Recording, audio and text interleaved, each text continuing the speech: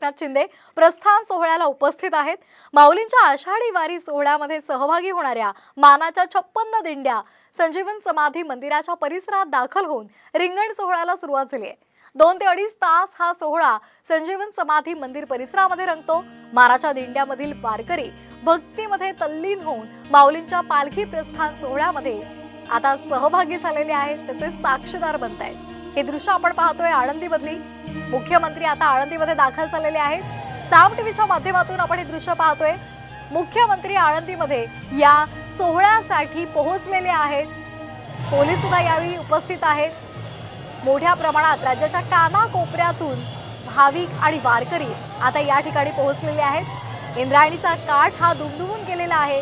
विठू रामाच्या जयघोषामध्ये इथे वारकरी दंग असलेले पाहायला मिळते।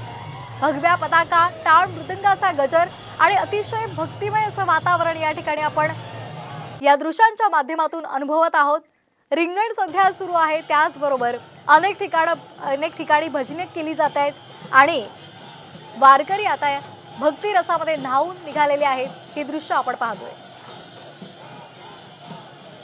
तरी 2 दृश्य आहेत। पहिल्या दृश्यामध्ये आपण पाहतोय मुख्यमंत्री एकनाथ शिंदे आता दर्शनासाठी आळंदीमध्ये पोहोचलेले आहेत। आज संत ज्ञानेश्वर महाराजांच्या पालखीचं प्रस्थान होणार आहे।